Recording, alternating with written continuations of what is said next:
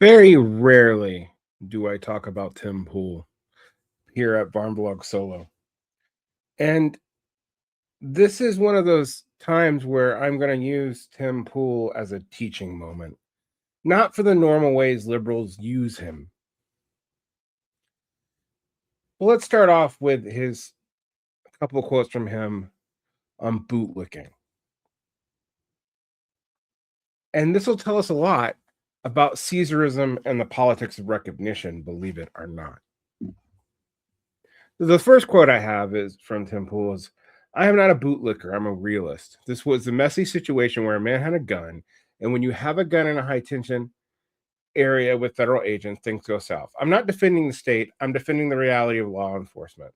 The people calling me a bootlicker are the same ones who are screaming for police if someone is at their front door." Now, I actually don't tend to scream for police when someone's at my front door.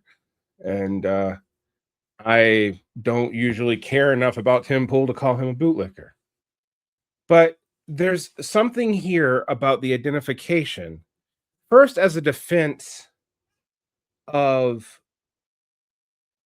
law enforcement as opposed to the state, as law enforcement exists to protect the laws, which is the fundamental basis of the state. Now, the irony of Tim Pool doing this compared to a speech he gave in April of 2025 in the White House is lost on few people. I'm here because in this room,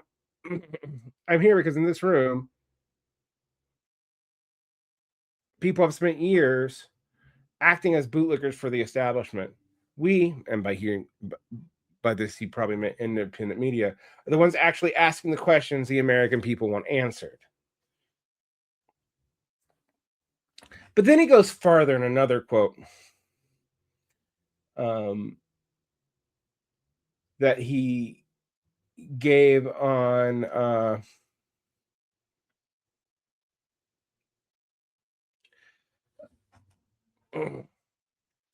January 24th, 2006, in an episode of Timcast IRL. "People calling me a bootlicker for defending the agents in the Preddy situation. No, you misunderstand. I'm not licking the boot. It's my boot. I voted for it. I know when wearing the boot and the one stopping it. If you're out there obstructing federal agents in a high tension zone, you're the problem." Now, it's easy that he's saying that he is the state because he voted for who was in power. It was his people. They're the ones who did it. Except it's not really his people. He's not in control of the people he voted for. He can't decide in what ways in which he voted for law enforcement, therefore he runs the boot. He actually does not oversee the administration of the state. And indeed, this shows the chaos of trying to empower the executive to oversee at whim the state. This chaos doesn't undo the chaos in the system. And in fact, identifying with it shows your own special problems. Now, I'm working on an article with Daniel Tutt on left populism and the identification with the executive and why this is tied into complexity theory and also Marxism. But I wanted to actually walk you through some of the logic here, because the idea that because you vote for something, it represents you is a politics of recognition, politics of representation and recognition in the executive in particular. Since you identify with the executive, you also identify with whatever happens under the executive.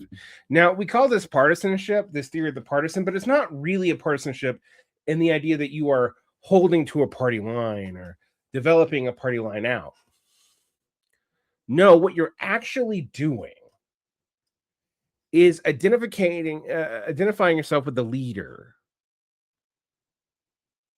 And from there, extrapolating that what the leader empowers because you empowered him is an extension of your own identity and recognition. Now, from the class perspective and a kind of class-based politics, there's multiple problems with this. because the person representing you isn't actually the same as you, doesn't come from the same class, doesn't come from the same apparatus. Although you could say that both Tim Pool and Donald Trump are creatures of the media. They're from very different stratas of it, though. And like with the politics of identity, what we call identity politics, and what liberals used to say all politics were until they realized that maybe that was going to backfire on them. You start realizing that erases the differences and distinctions between stratas and classes within those recognized groups. You flatten it out. And then usually afterwards, there's a reaction to that flattening. In the case of something like the Black community, whatever that is, identifying with the United States with Barack Obama from 2008 to the end of his presidency in 2016, only to start questioning things like overrepresentation of Caribbean and immigrant elites and mixed race people as Black. And you see the formation of a response movement, kind of reactionary, maybe, depending on your opinion, response movement called African Descendants of Slaves Only, but only after the identification has happened. Now, in some ways, this is a class identification, not in the way that like a Marxist would want, but it is there. But it reduces that class back to another identity. After all, there are classes between African descendants of slaves too. There are Black bourgeoisies that developed in the 20th century. There are Black professionals, etc., etc., etc. So it is tempting in a chaotic situation for someone like Tim Pool to identify almost completely with the apparatus of the person he views that as leader. This is a kind of Caesarism. And we could go into this also in the political theology of Carl Schmitt, but I'm not going to do that today. Caesarism is an old term. The idea is that power is centralized in a strong man whose authority stems from his personal charisma and his direct connection to the masses, a kind of demagogue, but one often coming out of the army historically, although that hasn't been the case in the United States in a long time, if it ever has been. Bypassing traditional institutions like the parliament are traditional instantiations of law like the Constitution. This gives it a plebiscite legitimacy. The Caesarist leader will often use elections, referendums, and mass rallies to prove they have a mandate of the people to bypass other forms of democratic mandate. So the plebiscite is a kind of democracy used against democracy. Caesarism generally emerges with a crisis of authority. And if you talk about a class revolutionary crisis of authority, sometimes we call Caesarism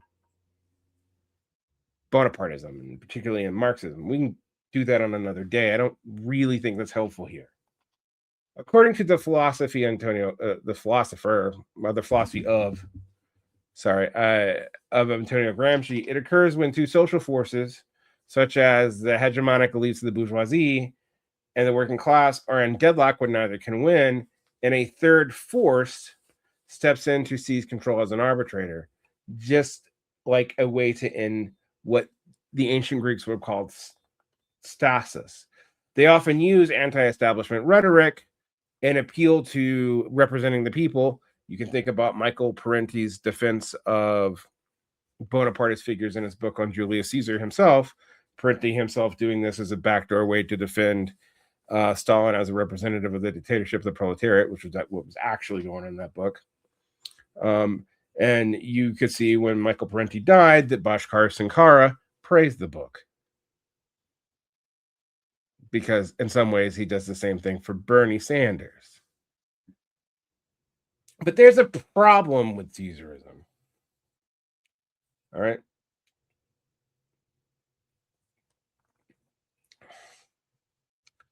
Red Caesarism, which was proposed by some thinkers on the new right, particularly in the Claremont Institute, so they did theorize this out, is a theory that if the American Republic is in a irreversible state of decline or regime decay, a strong executive leader should exercise a post-constitutional power to restore order and dismantle the administrative state, the quote-unquote deep state. Now, this is straight out of a Bonapartist playbook. It is explicitly Bonapartism. one that ignores how bonapartism actually played out, and weirdly mirrors the exact same thing that Michael Parenti attributed to actually Julius Caesar as a defense of populist leaders in the 20th century. But Caesarism has an older relation to that. The coinage actually can go back to the political religious context of Johann Friedrich Boehmer in 1846, which he discussed the state's attempt to dominate the church, saying that Caesar was asserting control over spiritual matters, leading to accusations of Caesaropapism, and he was aiming this at the context of the state formation in Prussia. This was popularized by Auguste Renaud in 1850 in his book, The Era of the Caesars, in English. I'm not going to try to pronounce the French, where he wrote that following the revolutions of 1848, there would be a massive time of social instability and a tendency to invest power into populist figures like Louis Napoleon Bonaparte or Bonaparte III, which Marxists would pick up as Bonapartism. This was later picked up in the early 20th century by Max Weber, who tried to say that Caesarism was a natural byproduct of mass democracy. He then argued that when you have a massive population voting, they won't look for complex policies, and they're not looking for understanding of the legislature. They will look for a charismatic leader to follow. This is why he's concerned about charisma. And he called this plebiscitary leadership, where the leader is delegated by the people's acclaim rather than through a deliberation of parliament or even formal delegation patterns. And he died before he sees this through. Gramsci, as I mentioned, tried to nuance this when he said there was a crisis of authority between the contending classes and no hegemony can assert itself. The state will usually find a figure that steps into the vacuum to arbitrate this conflict, and often using force to break the stalemate. And this works by a notion of recognition. Now, we can talk into Marxist theories of why Bonapartism as a particular form of Caesarism developed, are the classes that are generally attracted to it. And I think that's all very important, by the way. It is classes that are not really firmly in the working class or the bourgeoisie. They are also these third things: the working but non-wage earning poor, particularly if they own businesses or are artisans, professionals who find themselves needing patronage, the military, the police, people who are functioning in the state and often exist with in a kind of strange contradictory role in regards to how everything develops. Now, Poole is a media figure, also a rentier, and thus in a strange contradictory state. So am I, actually. So if you look at the Red Caesarism of the Claremont Institute and look at what the use of Caesarism as a way of getting to the dictatorship of the proletariat and Michael Parenti, or you look at the analysis that developed from Renaud through Gramsci, you see a need to identify with the leader, to make an exception for the leader, and to think that you control the leader because you are part of the plebiscite that empowered him or her, usually him. But there's a dirty degradation in this thinking because you cannot control the Caesar. This brings me to where we interject the collapse of complex societies as a problem of complexity. This is beyond what Marxists generally talk about, but I want to talk about this. There's Tainter's law. B is greater than C. When the benefit of complexity outstrips the energy resource cost, you have an onset of decay. The Caesarist solution, generally, is the cost of the administrative state and the other institutions that maintain the state becomes a burden that the century can no longer support. A Caesar emerges to cut the Gordian knot. Now, if you think about Gramsci's theorization of this, this actually fits, except Gramsci's conceptualizing it in terms of class and not energy, but the two go together. Caesarism is seen as a simplification, because it seems like a rapid reduction in complexity.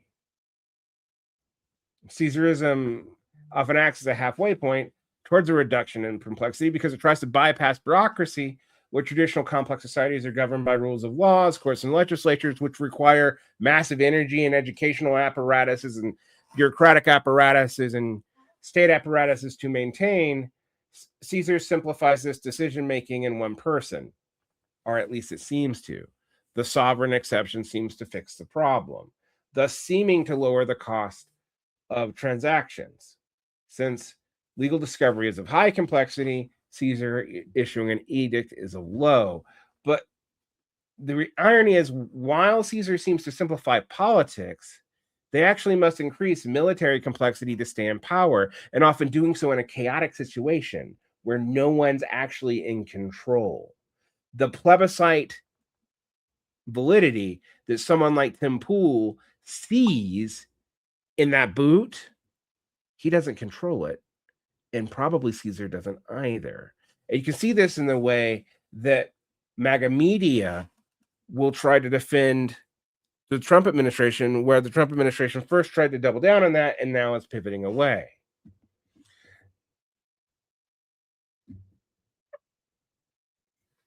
So there is a similarity in the problem that you see in Gramsci, in the Claremont Institute people, and in Tainter.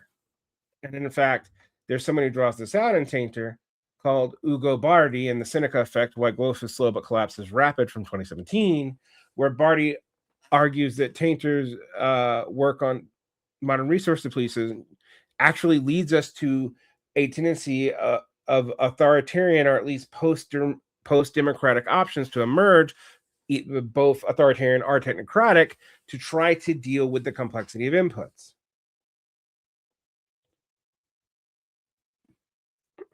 Michael Lind, in his kind of conservative The New Class War, Saving the Democracy from the Managerial Elite, thought that this was going to lead to a managerial overreach, which would lead to a populist backlash, which both Bardi and Tainter and Gramsci would predict. Gramsci, again, would just put this in class terms. But the irony is, in increasing the complexity of the military in a chaotic situation, you are doing anything but simplifying the situation. You are losing control. And this, by the way, is a problem with the politics of recognition. If you think that by empowering someone by plebiscite and being recognized as part of that empowerment, that they actually represent you, you tend to miss the complex systems in which those things exist, and tend to think that by state of sovereign exception, you won't be subject to that boot. Whether left or right, history indicates that more times than not, that's a bad assumption. Protect your peace.